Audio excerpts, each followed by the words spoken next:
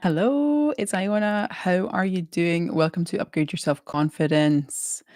I am Iona, your confidence coach. And today I am in a completely new location with a completely new setup. As you can see, I've got a microphone. So hopefully you can hear me a little bit better than you usually can. Please let me know that you can hear me okay when you come into the chat, when you come into the call, when you come onto this video. I would love to just make sure that everything is working okay and that you can hear me okay. So I'm just going to presume that you can, because it looks like my microphone down the bottom here is moving. So today we're going to talk all about feeling safe to be seen. And I love teaching and coaching on feeling safe to be seen, because many of us talk about self-confidence as if it's about doing big things. But for many of us, big things feel risky. Being visible feels risky. Being seen feels risky. So tonight we're talking about the very human need to feel safe so that we can truly be seen, so that we can feel safe to be seen. I want you to think about a situation or a circumstance in your life where you don't quite feel safe to be seen. Do you feel safe to be seen? Whether that is perhaps in your work, in your job, in relationships, in dating. Where in life do you struggle with feeling seen or being seen? I'm just going to give you a little second to think about that. Where do you struggle with feeling safe to be seen? Or where do you struggle in life with being seen? I would love if you could pop that in the chat. I would love to know where you struggle to feel safe, where you struggle to feel seen, to be seen in life. Here's some examples for you. So, speaking up in a group of people. So, say, for example, it's a social group, a friend group, or even a work group, doing like group work in your job. Speaking up in a group can be really scary because we have a fear of judgment, or we have fear of saying the wrong thing, And these fears can make us like shrink back into ourselves in meetings, classes, or in social gatherings. What about posting on social media? So, do you have social media, Instagram, Facebook, TikTok, YouTube, whatever it is, X, Twitter? How do you feel about being seen on the internet, on social media? How does that feel? Does that feel unsafe? Does that feel safe for you? Because sharing personal stories, opinions, or even like selfies, even photographs of ourselves can feel risky because of potential criticism, comparisons, or misunderstandings. We don't want to make other people feel bad. We don't want to look as if we're boasting or showing off. So sometimes we can feel unsafe to put ourselves out there on the internet, to be seen on the internet. What about going to social events, especially going to social events on your own? Do you feel safe going to social events on your own?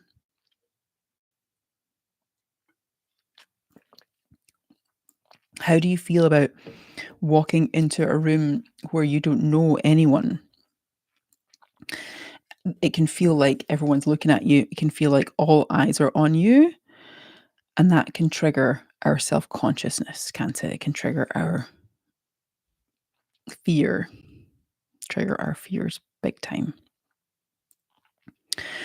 What about expressing yourself, expressing your true self? So, like dressing, the way that you dress, like, do you feel unsafe to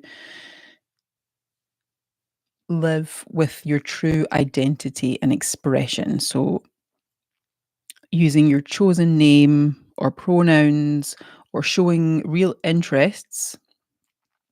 Many people fear ridicule or rejection by doing these things. Like, for a very long time, I was afraid to wear bright colors because I didn't want to draw attention to myself. So I didn't. But actually, I love bright colors and bright colors suit me. So now I feel comfortable. I feel safe to wear bright colors. I always felt, well, no, I didn't always feel safe to break. I always wanted to feel safe to wear bright colors, but I was too afraid of doing so for fear of rejection, for fear of attention, for fear of sticking out like a sore thumb. I didn't feel safe to stick out. I didn't feel safe to stand out. I wanted to stay like I wanted to stay like hidden because where I was hidden, when I was hidden, I was safe. How about being neurodivergent or having a disability? People might mask their traits or try and mask their traits to avoid being seen as different or being treated unfairly, which is absolutely valid. It's absolutely valid, especially because we are made to feel like we have to be normal or we have to fit in. We have to hide certain parts of ourselves in order to fit in, you know? What about coming out? Like coming out, whether that's our sexuality or our gender identity or our political beliefs or our religious beliefs. Sometimes we can feel really unsafe to be seen in these things because revealing a part of ourselves can feel really vulnerable and very unsafe, especially in particular environments. Feeling unsafe to come out as a specific identity or to have specific political beliefs or religious beliefs or whatever it is can be very, very challenging and tricky for many of us who have experienced rejection and criticism and abandonment or like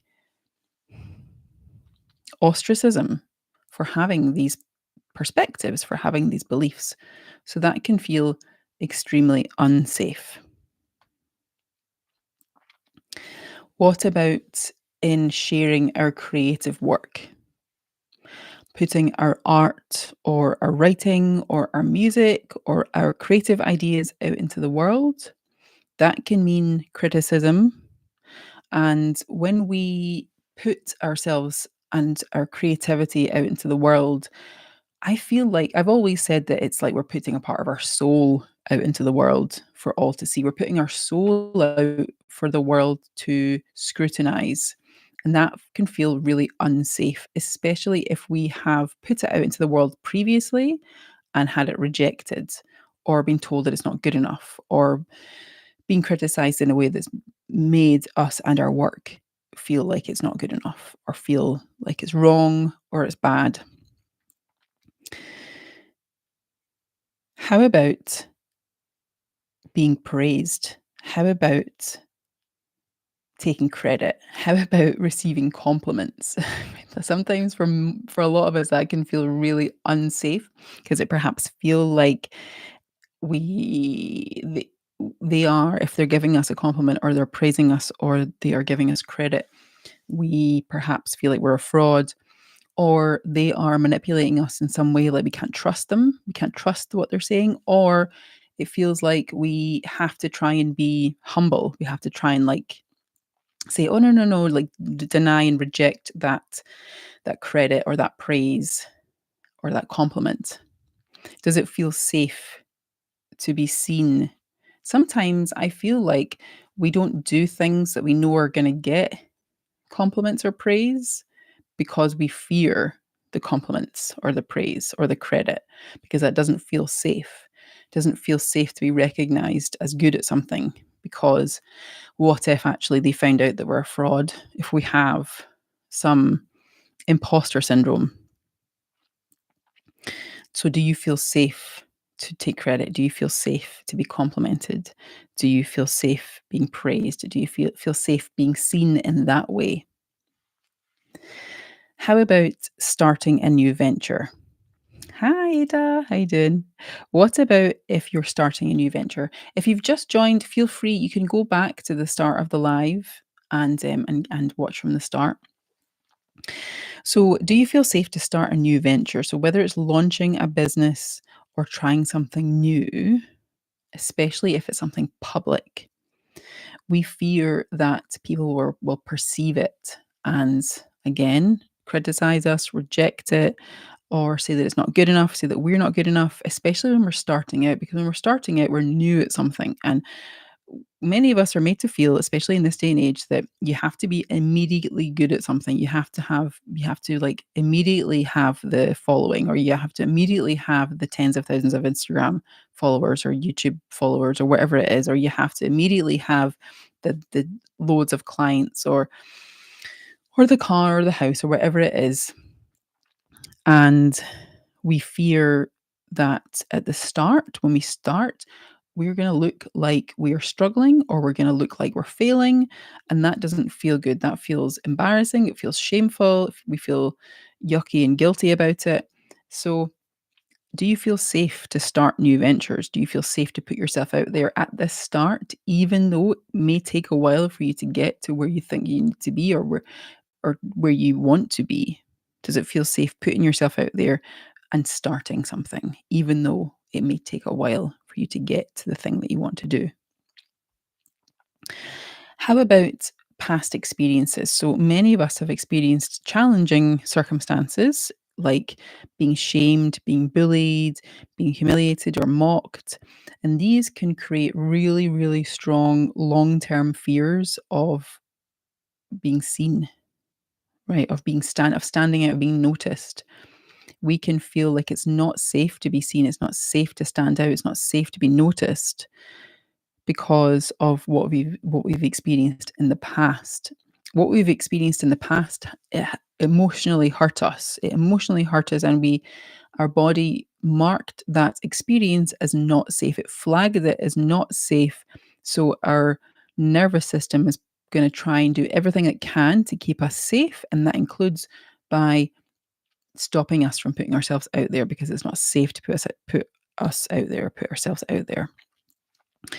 What about if we're like a survivor of abuse? So feeling exposed or being seen can really make us feel vulnerable and really trigger deep seated fears, especially if being visible, being seen, made us a target at some point, made us a target of bullying, of abuse, of harassment, whatever it was.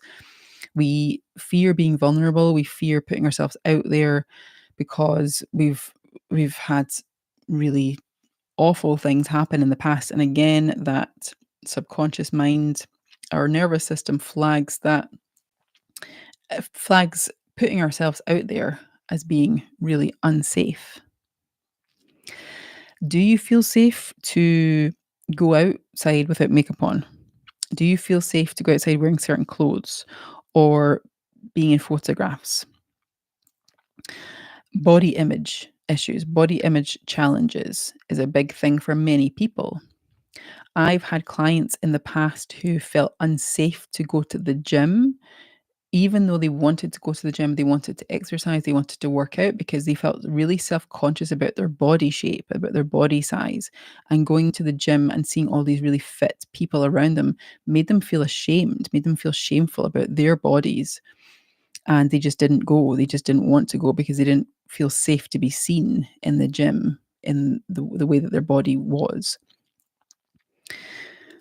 A lot of people I know don't like getting photographs taken of themselves because they don't like the way that they look in photographs.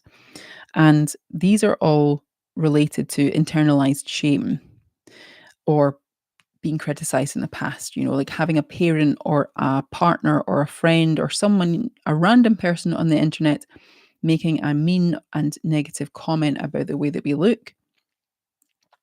And that triggers something deeper in ourselves that says that I am fundamentally flawed.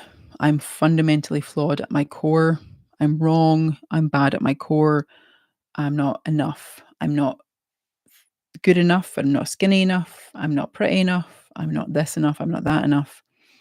And it always reminds me of the movie Mean Girls, where they're standing in they're in Regina's bedroom and they're all like looking in the mirror and picking things that they don't like about themselves. And I think it's, um, one of them says, "My nail beds suck." And it's like they're just trying to find things that they don't like about themselves. And I feel like many of us have been trained to do that from a young age because it feels safer to criticize ourselves than have someone else do it. It's almost like if we criticize ourselves, then it's going to hurt less when someone else does it because we know that we've experienced it in the past. So our nervous system believes that it's going to happen again. And these are all to do with that internalized shame of I'm not good enough, I'm not enough. I'm fundamentally wrong at my core. I'm fundamentally flawed at my core. What other ways could you feel unsafe to be seen? What about in relationships and in dating? What about in families, setting boundaries, um, putting yourself out there, having a difficult conversation with someone? That can trigger a lot of fear to be seen, right? So going back to the relationships thing, if you are looking for love, if you're currently single, if you're dating, it can feel really scary if we've had a negative experience where we've had our heart broken or we've been treated badly by someone or we just not had a very enjoyable time. It can feel really unsafe putting ourselves out there because again, we feel not good enough or we feel like we're not worthy. We feel like we feel like we just can't find the right people. And when it comes to even when you're in a relationship, there could be some fear of being seen in the relationship because perhaps we've tried to bring things up in the past with our partner, challenging topics or difficult conversations, and we've been shut down, we've been rejected, and we just don't, it's not, so it's no longer safe to be seen. It's no longer safe to be seen in the sense of like having a conversation, trying to have a conversation because we feel like it's just not, we're not going to get what we want. We're not going to get the answer that we want. So we just don't, we've stopped. And in our families, we can feel unsafe to be seen because we have experienced criticism or judgment in the past. And if we try and set boundaries with family members and even in relationships as well or in friendships, those boundaries we can experience rejection or abandonment or some sort of punishment for setting these boundaries. And that feels really bad. So we just don't. We stop. We don't. We say, you know what? I'm just going to have to deal with it. I'm going to have to just people please, or I'm going to have to deny parts of myself so that the other people feel fine, feel better, and it doesn't matter about how I feel. I'm not important. So we stop putting ourselves out there in terms of asking for our needs to be met, asking for what we want, because we feel like it's not safe. It's not safe for us to do that. So, where else can you think of anywhere else that you might feel unsafe to be seen in life? Where else might you feel unsafe to be seen? And of course, there are so many different elements to this that I have not addressed. So you could be thinking, well, I don't feel safe to be seen in my job asking for more money or having a difficult conversation with a boss or a colleague about something that they're doing or not doing. We don't feel safe to do that because we don't want to draw attention to ourselves, because we don't want to rock the boat. maybe we just have to be grateful for where we are and what we've got and what we're doing or that what that person's doing. Maybe I shouldn't maybe I shouldn't raise that question. Maybe I shouldn't raise that topic because that might cause problems for me. Maybe I just need to like stay where I am and just muster through, just push through, which is what so many of us do. What happens when we just stick to what we've been doing? What happens if we stay stuck? What happens if we stay feeling unsafe to be seen?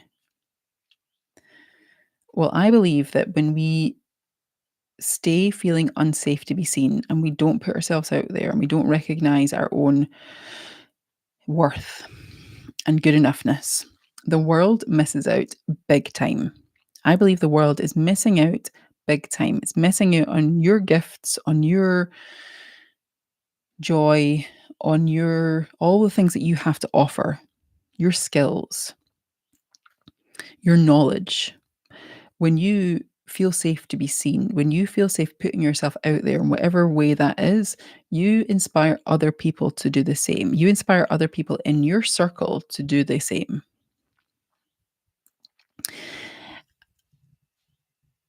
And then after becoming a people pleaser, you can start being taken for granted or becoming a scapegoat. Absolutely. Totally. Yes.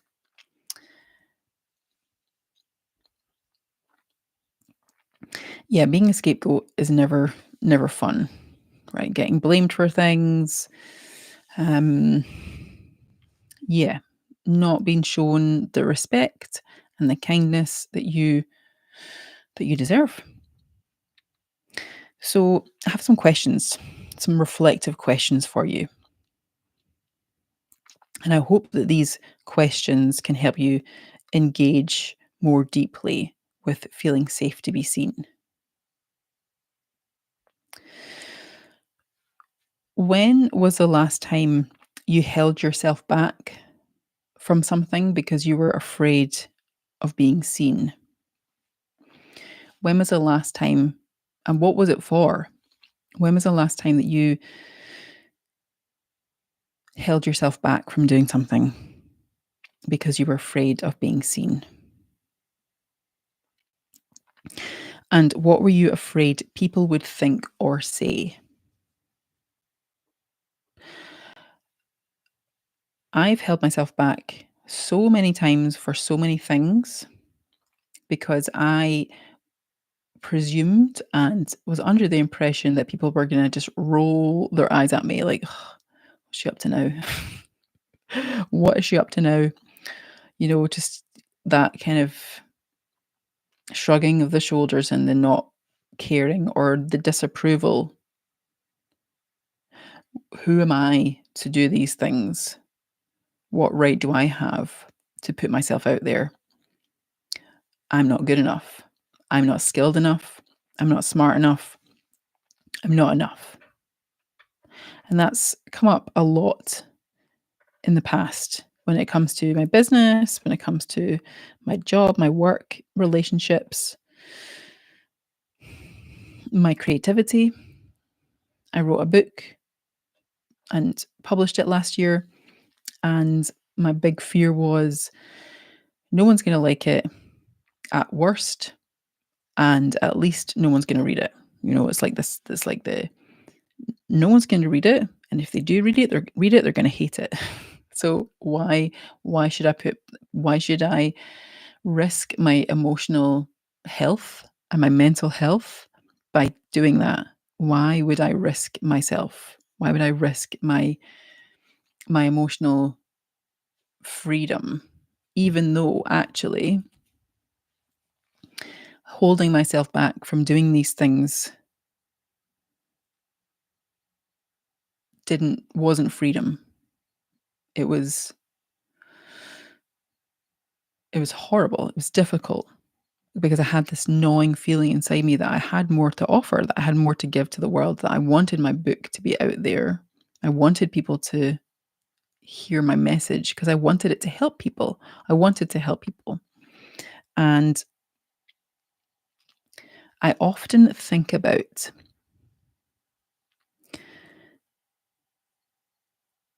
What does a little bit of discomfort around feeling unsafe to be seen, how does that compare to helping people? Like if I was to have a little bit of discomfort, but actually the end goal is helping people, what would I rather do? Would I rather feel the fear and have work through that fear of feeling unsafe to be seen and help people and have that thing, whatever it is that I've created or whatever that thing is that I'm doing, put my message out there?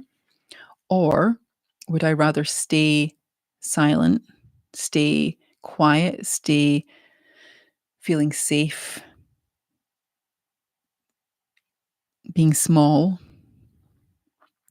and my work not getting out there?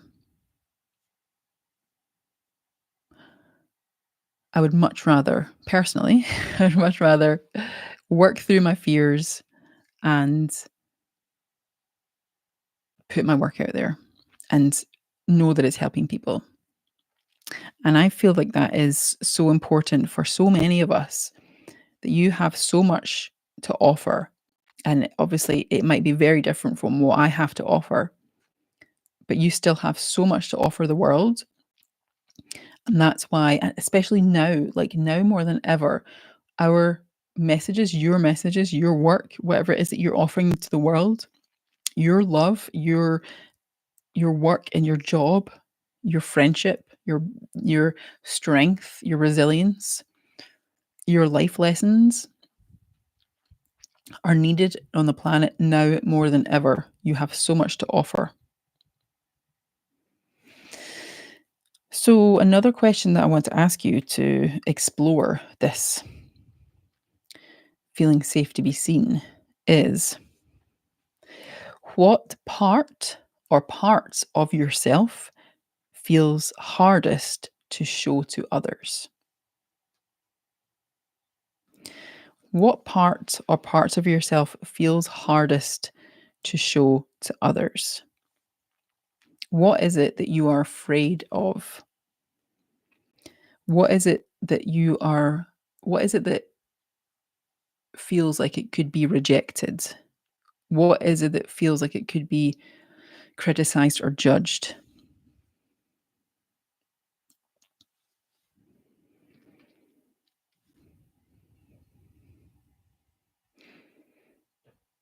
Is it your intelligence? Is it your body? Is it your personality? Is it your identity, your gender identity, your sexuality? Is it your skills? Is it your voice? What parts of you do you fear putting out there? What parts of you feel the hardest to show to other people?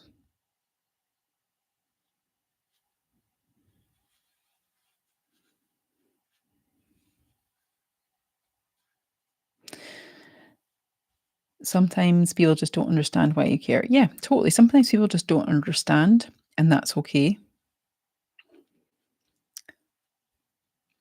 because I sure don't understand people, so many other people, right?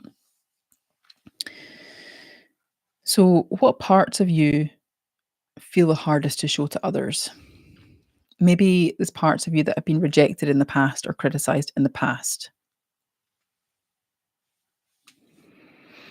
And why do you think that is? Why do these parts feel the hardest to be seen? Why do these parts feel the hardest to show others? Of our vulnerability, our our truth, our honesty, our creativity.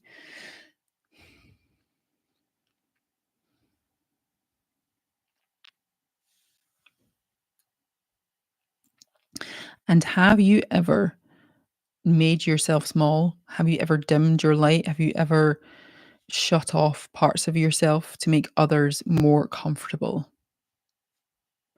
And if so, how did that feel? When we are playing small, when we come back into ourselves, when we hide back into ourselves, when we hide away, when we run away in fear, or we edit ourselves, or we delete a part of ourselves. So that could be like a post, or like social media thing, or we decide that we're not when we quit something, we decide we're not doing something anymore because it doesn't feel safe to do it, doesn't feel safe to be seen doing it. How does that feel? It may feel like relief at the start. We're like, "Oh, okay." It feels like, yeah, it feels like I'm safe now. But then how does it feel? Do we forget about it? Do we dissociate? Do we turn it off? Do we turn that part of ourselves off? Because it feels like sometimes that part is most of the time still there in the background. We can try really hard to deny ourselves, to deny our creativity, to deny our message, to deny our truth, to deny our whatever it is we're passionate about,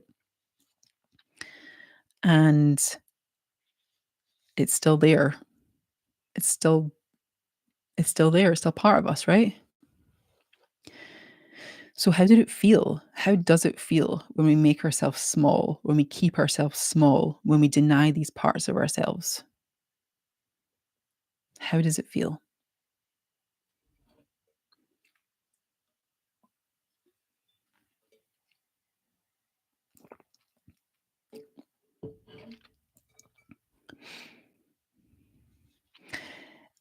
It feels quite sad, I think.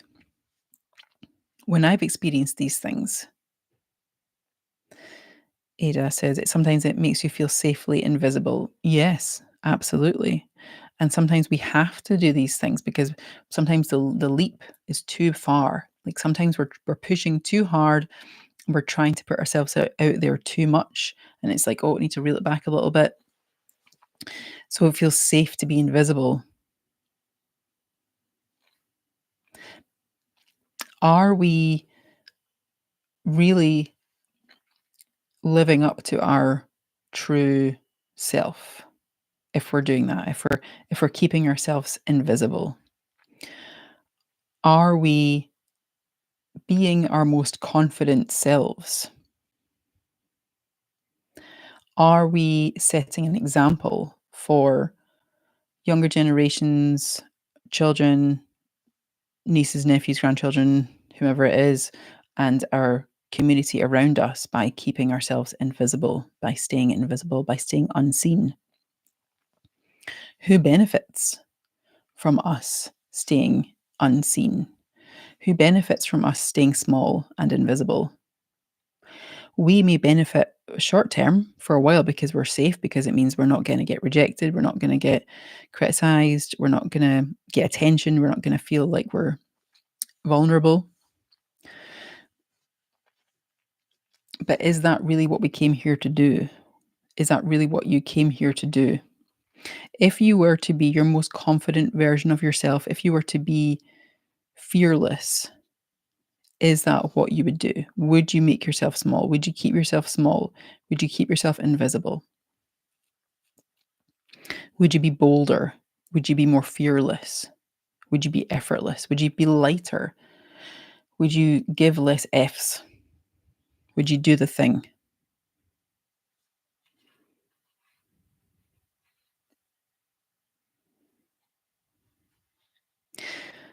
Another question for you.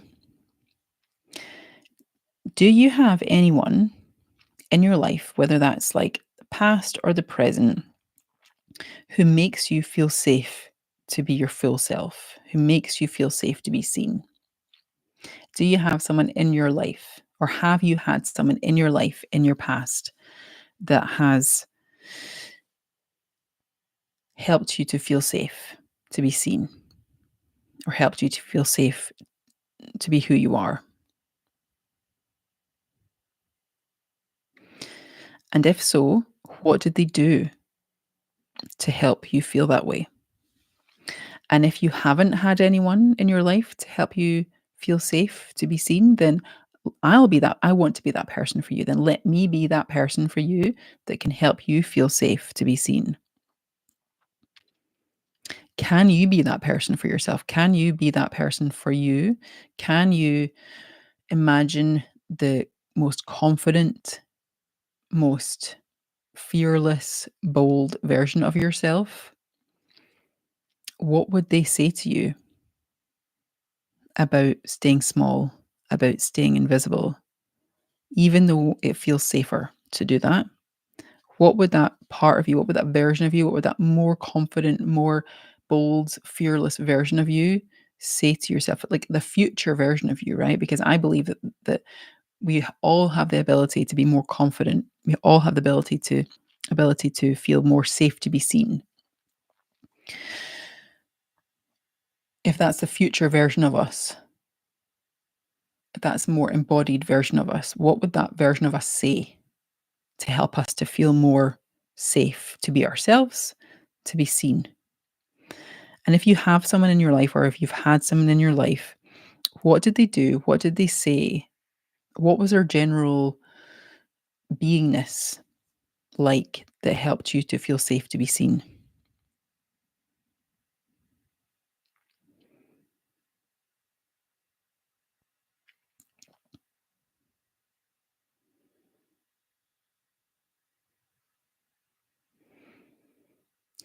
Ada says it pushed them away. What pushed them away? Your boldness pushed them away? Your confidence pushed them away? If this was a person that made you feel fully safe to be yourself, then, and they're no longer in your life, then we can take what we like and we can leave what we don't like or what we don't want, right? So if there was someone in your life and they're no longer in your life and they helped you feel safe to be seen, and we have a feeling that our boldness or our trueness pushed them away and they rejected us for some reason, then rejection is redirection, right? As much as it hurts to lose people, as much as it hurts to be rejected by people, sometimes when we become our more authentically confident selves, we're no longer available for other people's BS. We're no longer available for other people overstepping our boundaries. We're no longer available for bad behavior. We're no longer available for manipulation and abuse and all of these things.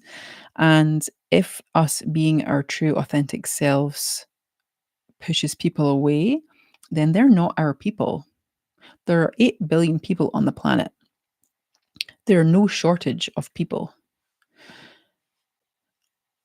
And yes, it hurts to lose people, but nature fills a vacuum. And we always become closer and more aligned with people who are more true to themselves, who feel safe to be seen themselves. So, another question is, where or when do you feel safest to be seen? So that's physically, emotionally, or creatively. Where or when do you feel safest to be seen?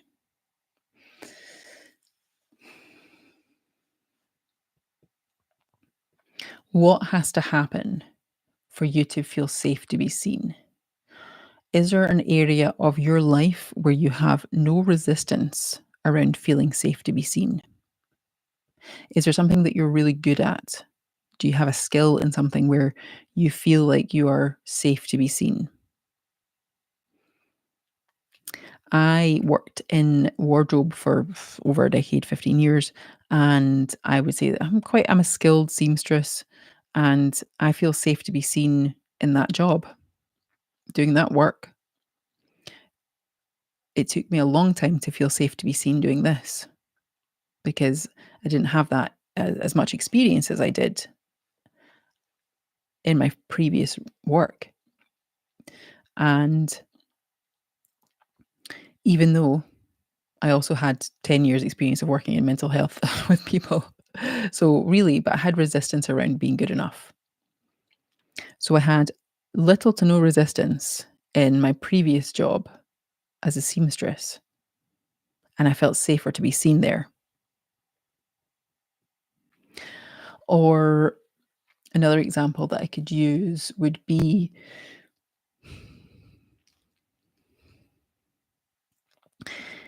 feeling safe to be seen. Hmm.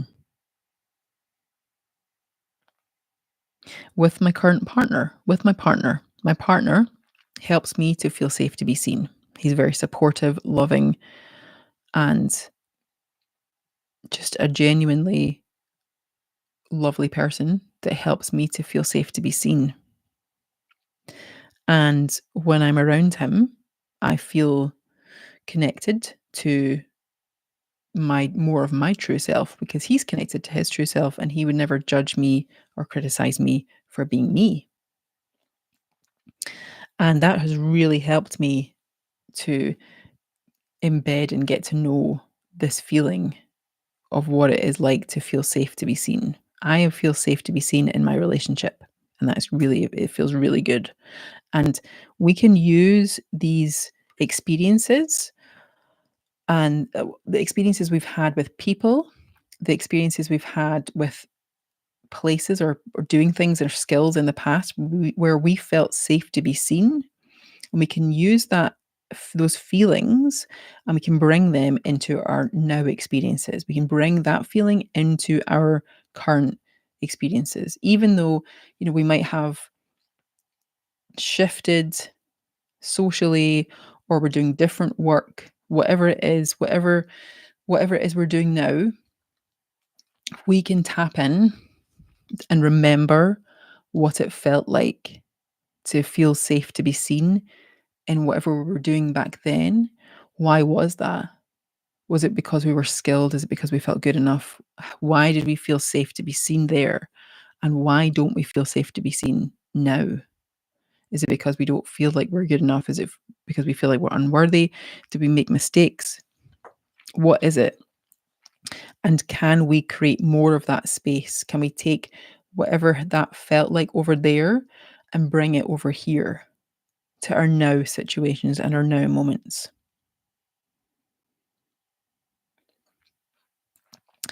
If I was to wave a magic wand, if I was to give you a superpower where you magically all of a sudden feel safe to be seen right now, with no fear of judgment, with no fear of criticism, what would that feel like?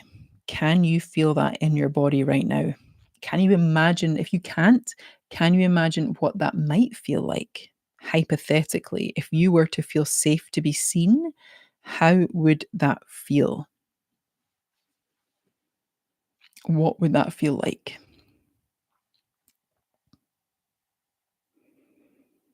Does it feel lighter? Does it feel more relaxed? Does it feel relief? Does it feel scary? Does it feel terrifying? Do you feel fine for a second or relaxed for a second, and then all of a sudden, all that fear comes rushing back in? Because that's completely normal. That's totally normal because we have little to no or very small reference points for what feeling safe to be seen feels like. And our baseline is feeling unsafe to be seen. So the next question I have for you then is, what kind of reactions or judgments do you fear if you were to be truly visible, if you were to be seen? What kind of reactions or judgments or criticism or negativity or whatever it is, what do you fear when you're truly visible, when you're truly seen?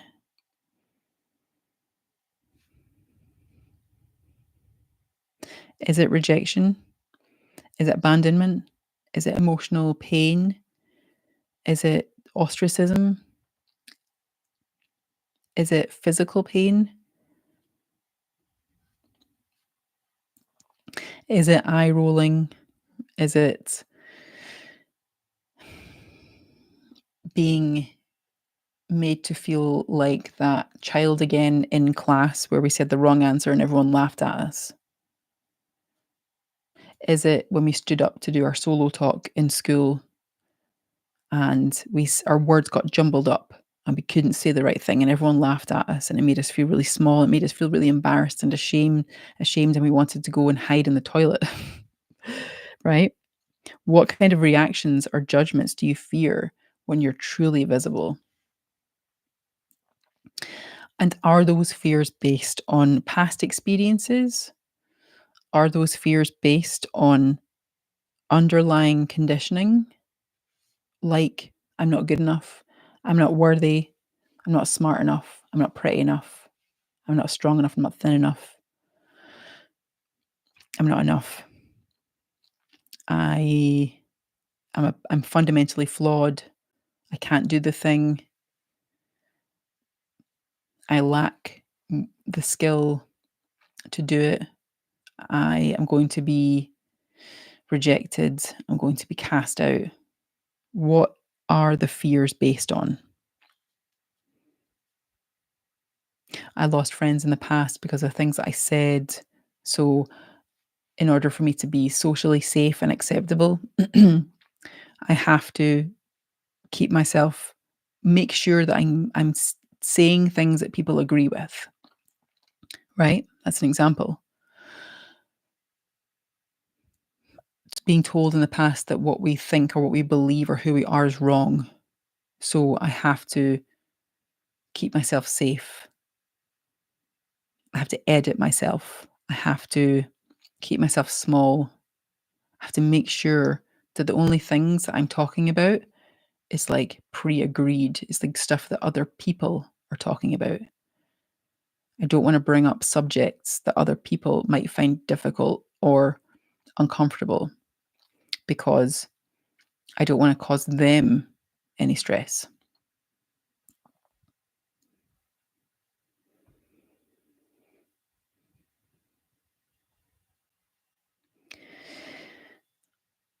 How did our upbringing and past experiences shape the belief about being visible or standing out? How did our parents or guardians or loved ones or the adults in our lives as we were growing up, how did they feel about being seen? What were their beliefs? What were their expressions? How did they express themselves or put themselves out there? Did we observe them self-editing? Did we observe them criticizing themselves and other people? How did our upbringing shape our beliefs of who we are and what we can do?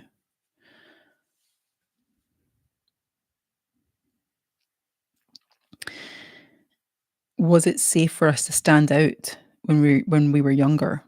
Was it safe for us to be seen when we were younger? Were we praised for blending in, right? Were we praised for not standing out, for not showing off? I know I was when I used to do dance lessons, which the irony is so funny, right? Doing dance lessons as a child and being told not to show off when I'm literally there to show off on stage. I'm literally there to do the dance, right? But I wasn't allowed to show off. So I had to blend in. I had to like always be in the back. I could never be at the front. I always had to be in the back because it wasn't safe for me to be in the front. It wasn't safe for me to be seen because if I was seen, then I would be showing off, and that was like you're not allowed to show off. It's not safe to express yourself. So were you praised for blending in? Were you praised for being invisible? Were you punished for expressing yourself? Were you punished for standing out? Were you punished for speaking up? Were you punished for speaking up for yourself? Were you taught that your opinion doesn't matter, what you have to offer is of no use? Were you made to feel not good enough? Were you made to feel like what you had to say wasn't good enough, or who you were wasn't good enough, what you were doing wasn't good enough? And we heard it so many times, we heard it so often that that just became our front door, that I'm not good enough. It's just who I am. I'm just not good enough. And can you see how powerful that is and how much that affects us in every other part of our life. Subconsciously, if you have a fundamental belief that you're not good enough at the core of your being and you're not even conscious of it, like it's that broken fridge that's like humming in the background, you're just used to it being there, how that affects every part of your life, like your job, like your relationships, like your finances, like your identity, because we weren't taught how to feel good enough. We weren't given any other references or examples of what it looks like, how it feels, what that might be like to be good enough, what it might be like to feel safe, to be seen. Because actually, what if we are good enough? What if we were born good enough? What if it's not about what we do? What if it's just about being a human being? And human beings are born good enough. We wouldn't look at a little baby or a toddler who's running around and say that they're not good enough. It's like we get to a certain age and we have to start performing. We have to start performing in order to be good enough. And then when we start making mistakes and we start failing, we're no longer good enough. Or we've made mistakes and we've failed and we've been punished for that. So it's no longer safe for us to put ourselves out there, because when we put ourselves out there, that means potentially we could fail and we could make mistakes, and it's no longer safe to do those things. So how did your upbringing shape your beliefs about being visible or standing out? What were your family members doing and saying about themselves or about you and what you were doing, about the way that you attempted to stand out or express yourself or be seen? Have you ever really been seen? Have you ever really felt seen and empowered? Like going back to that question before about, was there someone in your life that helped you to feel seen? Was there someone in your life that helped you to feel safe to be seen? If you can remember a time in your past where you truly felt safe to be yourself, where you felt safe to put yourself out there, when you felt safe to be seen, what was it like in that moment? What was different in that moment? How did you feel? Can you remember? If you can remember, if you can't, that's okay. But what was it like to feel safe to be seen?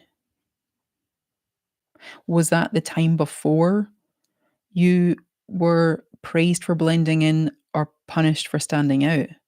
Can you remember a time before that when it was safe for you to be seen? Like, we could be talking about going back to like 3 or 4 years old when you were running around and you were able to do the thing, paint the paintings and sing the songs and run down the street and say hi to all the people without fear of judgment and rejection. Because for many of us, that was probably the last time, if there ever was a time where we felt safe to be seen, before we started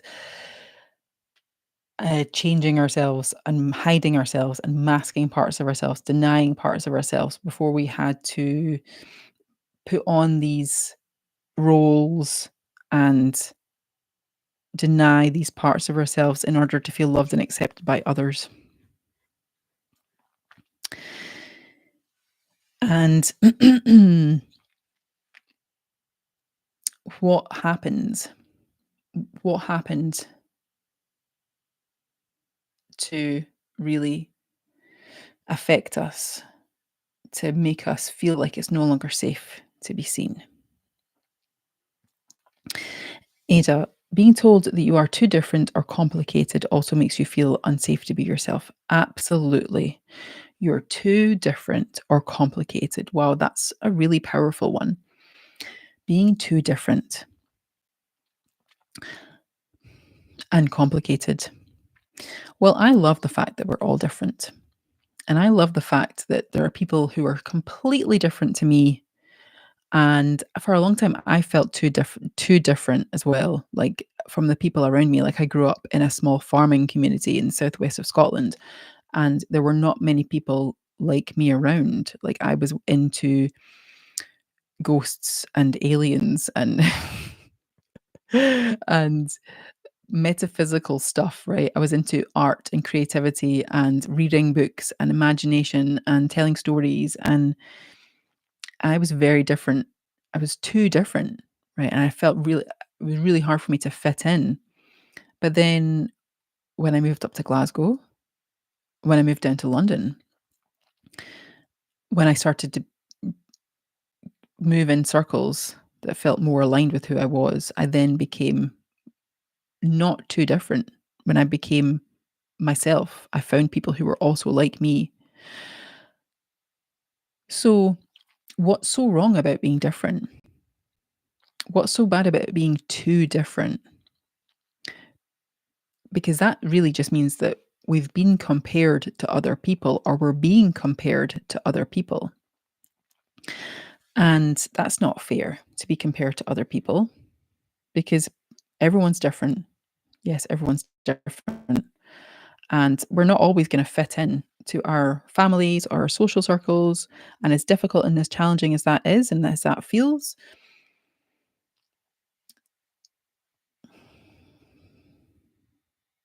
we can find our place. We can find our circles. We can find our people. We can find our connections. And we are absolutely all complicated human beings. Human beings are so complex and so complicated. And I love it because it means that we get to explore, right? We get to explore all of those different facets and all of the different parts of ourselves that are complicated. We get to uncomplicate things. We get to make things simple, but then sometimes they go back to being complicated again. And that's okay. One person who thinks that you're too different and that you're complicated is going to be very different from someone else who thinks that you're just right. Right? It's like the Goldilocks thing, okay? And the porridge. We can go through life feeling that we're not right, that we're not enough, that we're too different, we're too complicated, we're too this and we're too that. And then there's someone over there who's feeling the exact same things as us. And we're like, oh, hi, right? So learning to accept those parts of yourself that have been rejected or those parts of yourself that's been made to feel like you're too different or that you're too complicated is such a great place to start. Because I would imagine that there's a part of you that really needs to feel or needs to be told that they're good enough just as they are, even if they're different, even if they're too different to other people or the people around them, or even if they're complicated, that that's still acceptable, that they're still acceptable fundamentally at their core. That just because someone didn't get us, just because someone didn't accept us or understand us, just because we weren't the same as someone else doesn't mean that we're any less acceptable, that we're any less lovable, or that we're any less likable at who we are. Our differences are so important. Our differences create such amazing conversations. Learning about other people, learning about the differences in our personalities or tastes and styles and whatever it is that makes us different. I really love that. I love the fact that the planet is so complex and there's so much variety. I think that's what makes this planet really special. And I also feel like human beings we are absolutely very complicated beings. Like these brains that we have that we're carrying around in our heads, like they are supercomputers that are complicated machines. They're complicated to figure out. They're complicated to work. And that's okay because that's what it's like being a human being on this planet. It's complicated. But that doesn't mean that we're any less lovable or acceptable or likable. It doesn't mean that we're unsafe.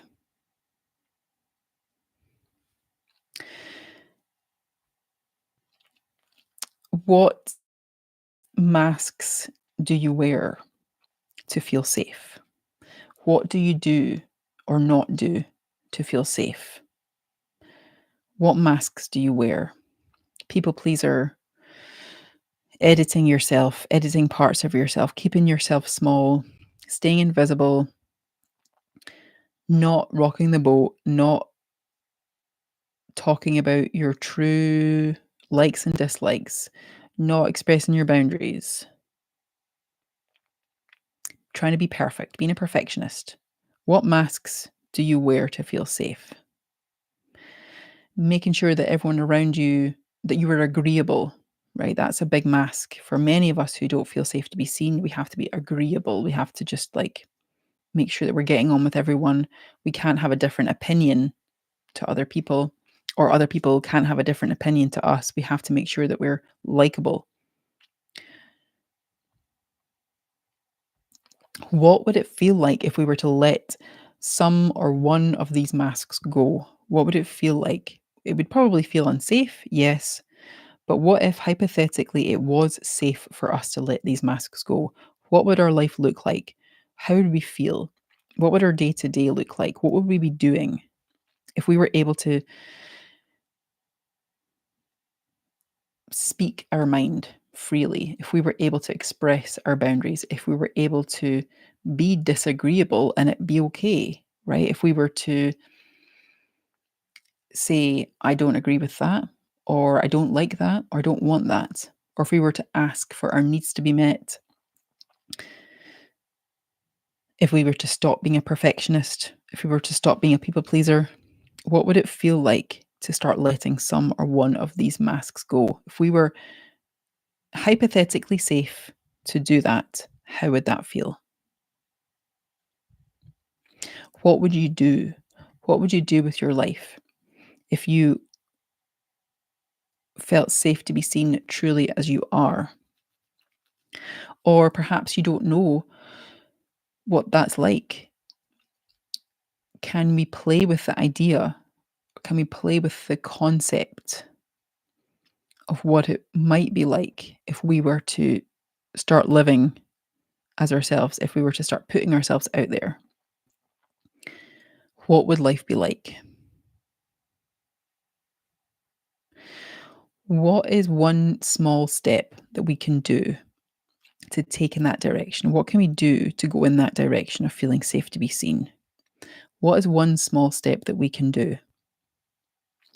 Can we start to accept parts of ourselves that have previously been rejected either by ourselves or by others?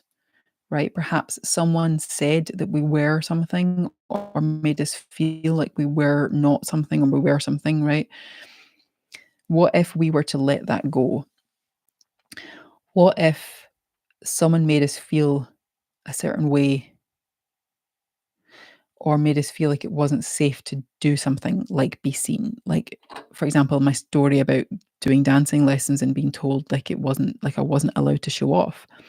What if I could start showing off a bit more? Not in like a cocky, arrogant way, just in like a being silly, kinda goofing around kinda way, right? Like, I used to go to dance classes and I used to just want to, like, goof around and play and just be silly, like, and be seen to be silly on stage, like, having fun. But then I was told that, "No, you can't do that, like, we have to be serious, we have to stop showing off. We're here to do the thing, we need to do the thing." And there were other people in my class who were being silly and showing off and, clowning around, but I wasn't allowed to do that. They were criticized and judged for doing that, and that made me feel unsafe, like it wasn't safe for me to do that myself. But what if that had nothing to do with me and what I was doing? What if that perspective was projected onto me by someone who felt unsafe to be seen themselves?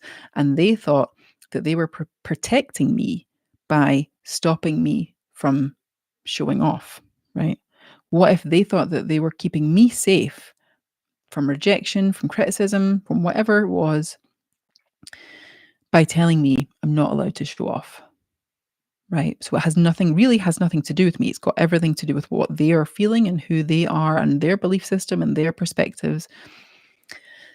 So if that's the case, then and it has nothing to do with me, then I could potentially start playing with the idea of being silly around other people and it being safe.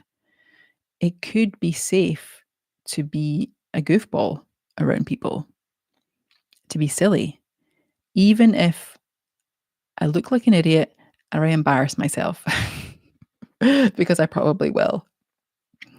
But what if the worst thing that can happen is they laugh or I laugh? So, what's one small step you could take in the direction of feeling safe to be seen? What if you could play with the idea that whatever you want to be seen doing, or however you want to feel safe to be seen, what if you could feel safe to be seen? What would that mean? What could you do? What would you do? What's a small step that you could take in that direction? What action could you take? What part of yourself could you give more acceptance to? What part of yourself, what mask could you drop? What mask could you let go of in order for you to feel more safe to be seen? Could you allow yourself to make more mistakes? Could you allow yourself to be less of a perfectionist? Could you allow yourself to be less of a people pleaser? Could you say no more? Could you say, no, I'm not available for that? Some people have a really big fear of saying no. What I like to do is say, I'm not available for that. I'm not available. Instead of saying, no, I'm not available. I'm just not available. Because then, like, it cuts. Because sometimes if we say no, people are like, why? They start questioning you. And sometimes we don't want to go into that. We don't want to explain ourselves. We just want to set the boundary and we want to leave it. We set the boundary and we go away and that's done. Boundary's done, boundary set. That's it. Enough. We say, I'm not available for that. And they say, why? You can just repeat yourself, just because I'm not available for that. I'm not available. I'm not available. I'm just not available. If you're not available, you're not available, right?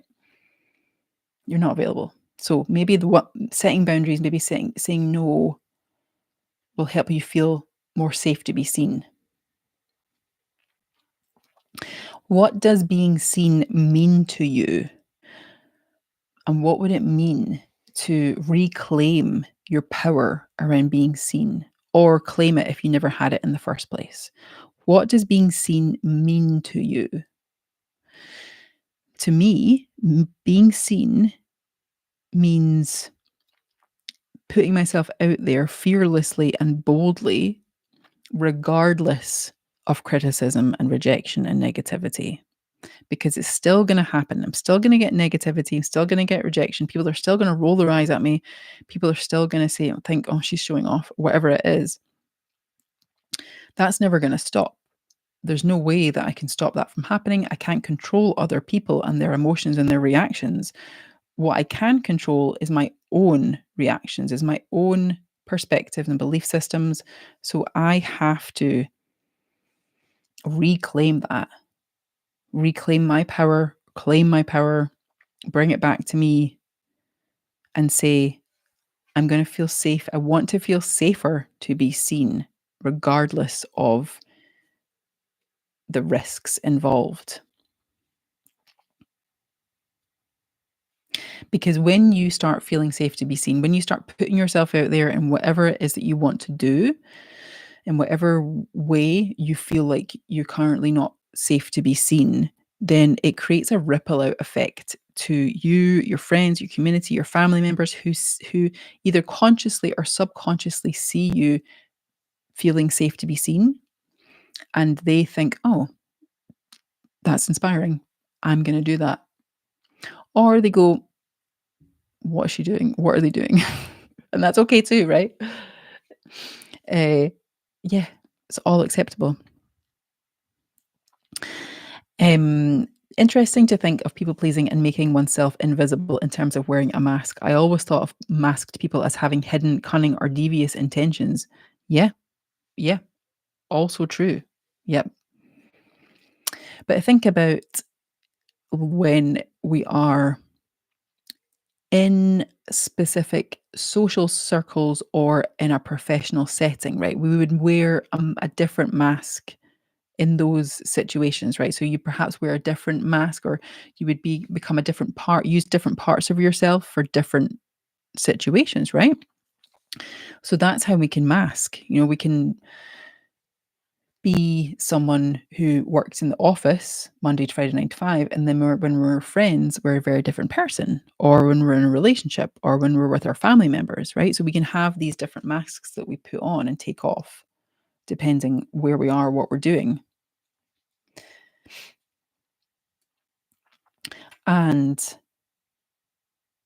that's okay. That's healthy. That's good, because sometimes we don't want to be like, we obviously have to be professional in our jobs. Maybe we want to be a certain way with our family members, like our elders or whatever it is. But also, as well, when we start to really play with feeling safe to be ourselves, play with accepting ourselves, accepting the parts of ourselves that we've perhaps denied in the past, or cut off in the past, or rejected in the past, we start to become like a more level, more balanced being, a more balanced self. And that has so many amazing positive benefits for the people around us. It has so many amazing health benefits too, because we come out of fight or flight, we come out of fear, we come out of cortisol, we start being more relaxed. All of that mental energy and real estate that we're using for fear and for anxiety and for worry, for fear of rejection, for fear of abandonment, all of that is gone. And now we have space in our brains to do other things, to think about other things, to plan other things, right? To be in the moment with our loved ones, with our friends and families, to be in the moment with ourselves. And that feels amazing. That does so much for our psyche. It does so much for our mental health, emotional health, and physical health, which is what we really need in this world right now. We need to be more relaxed. We need to take our time more. We need to be in the moment more. So when we start feeling safe to be seen, that's what happens. Yes, it can be scary. We can have wobbles, and that's fine. We're human beings, right? We're going to have our moments, we're going to have our wobbles. But the more we practice feeling safe to be seen, the more in coherence our mind, body, and emotions become. We're no longer disconnected to our feelings. We're no longer disconnected to our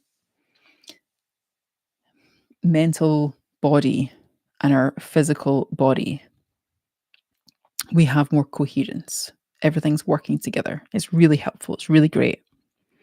So if you feel safe to be seen, if you hypothetically feel safe to be seen, if you can imagine what that would be like, if I was to wave a magic wand and you could play with how feeling safe to be seen feels, what kind of presence do you want to have in the world? Like, what kind of things do you want to offer the world? What do you do?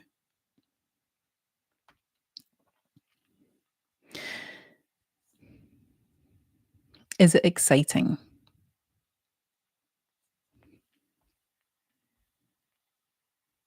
What do you offer the world? What gifts are you giving the world?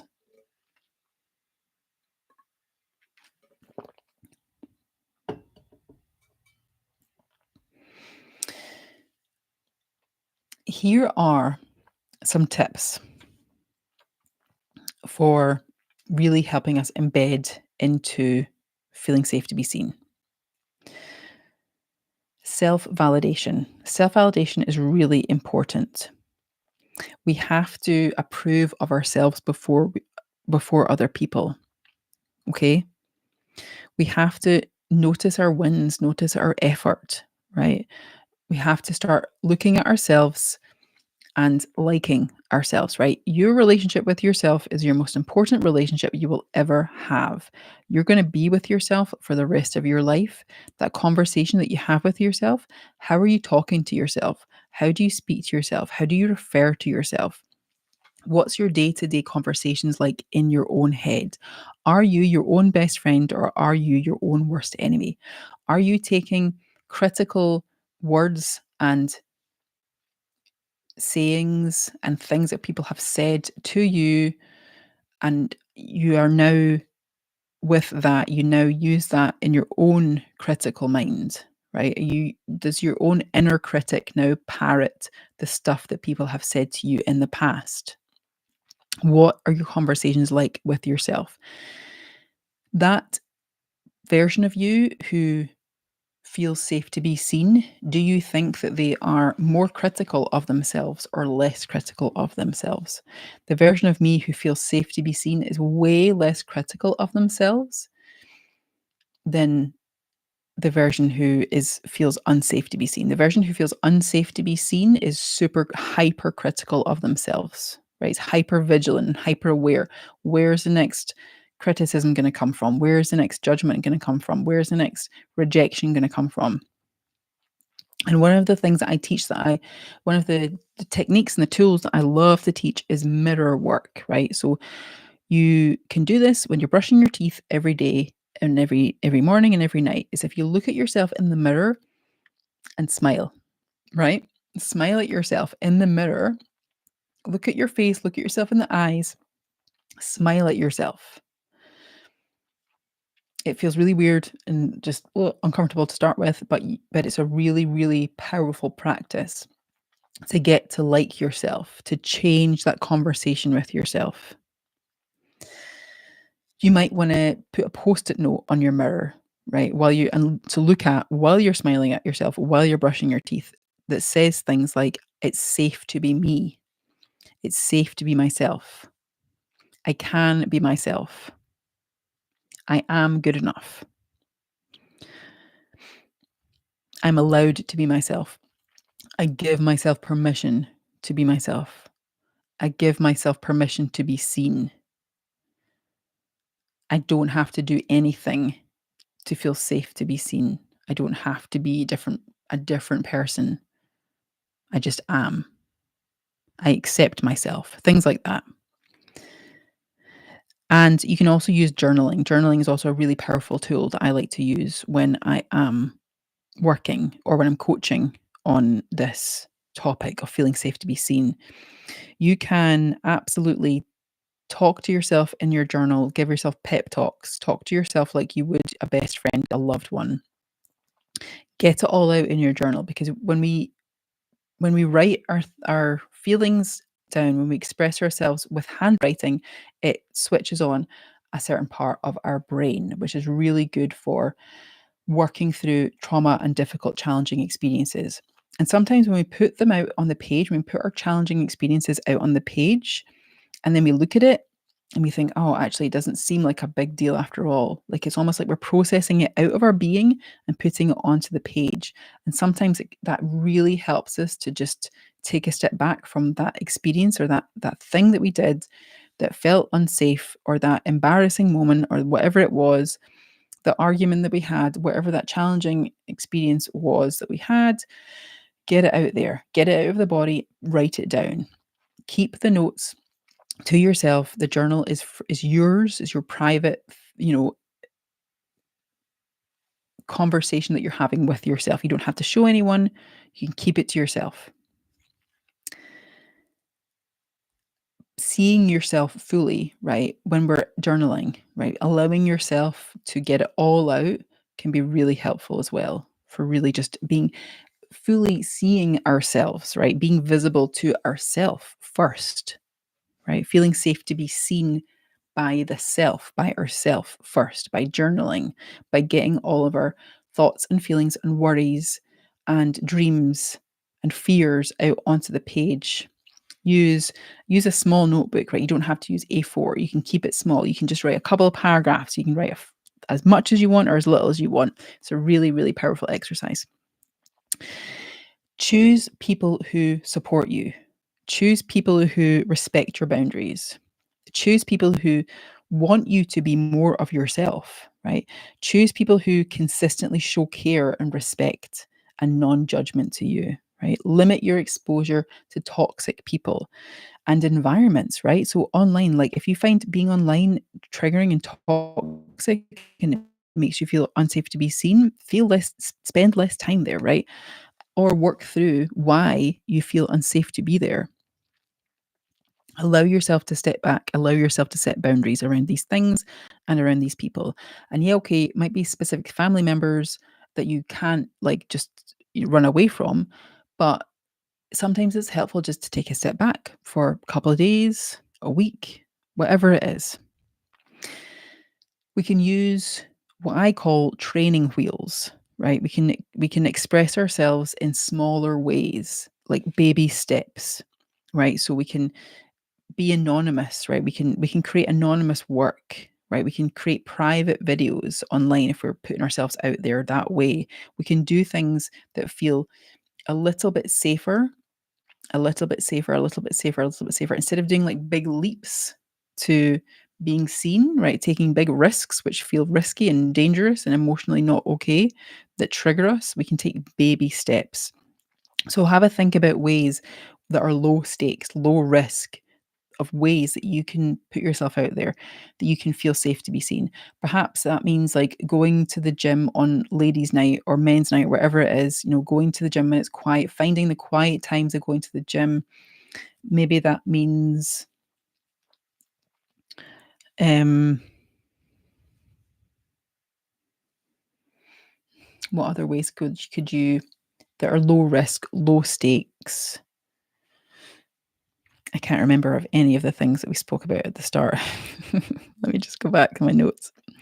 If you're in work, right, for example, like you're afraid of speaking up in a group setting, maybe you would practice what you're going to say with one trusted person, right? Or you rehearse what you're going to say. Um, Going to social events alone, maybe you have someone that you can bring along with you, right? When you know that they're trusted.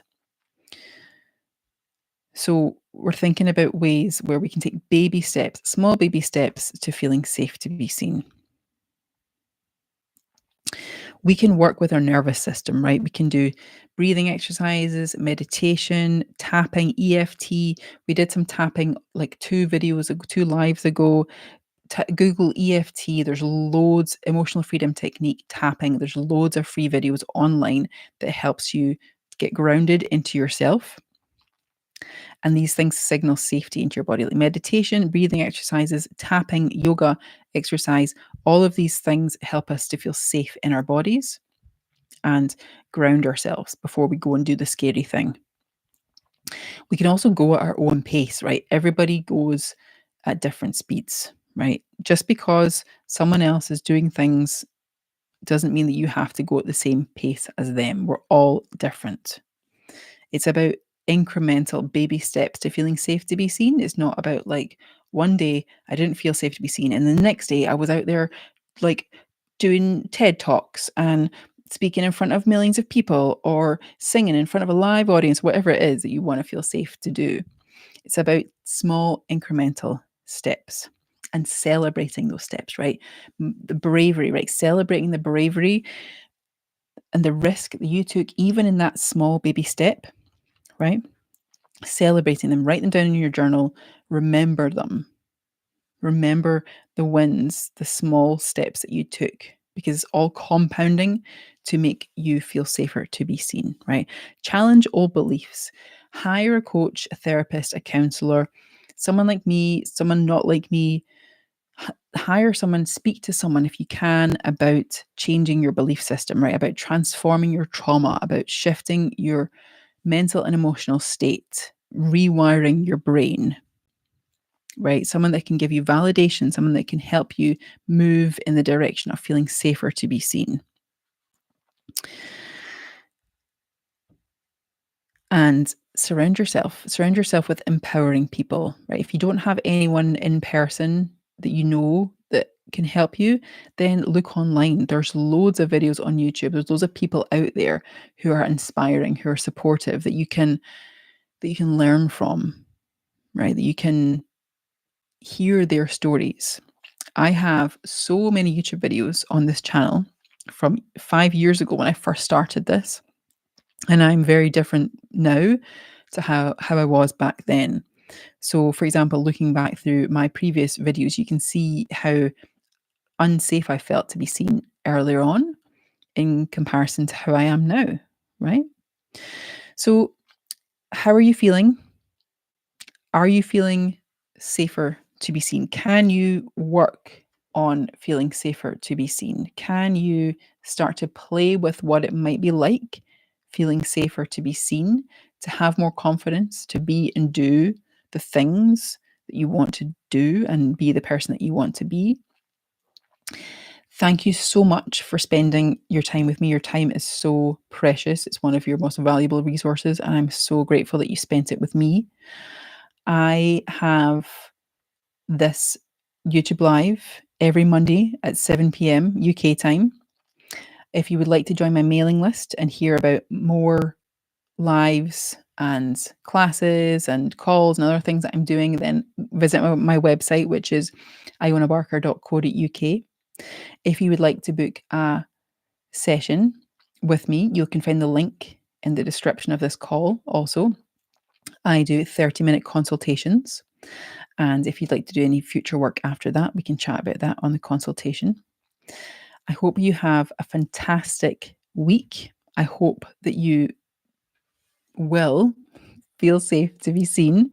I hope that you will let me know in the comments as well what you would like to feel safe to be seen doing and the results that you get, right? I would love to know if this week you take a little risk or a little step, right? If you can work towards being seen in the thing that it is that you want to be seen doing or in. How did it go? What results did you get? What mistakes did you make? Like what happened? I would love to know how that goes for you this week. Join me again next week. I might be here, I might be back in my normal location. I'm not too sure. But thank you again for joining me, and I'll see you very soon. Lots of love. Bye bye.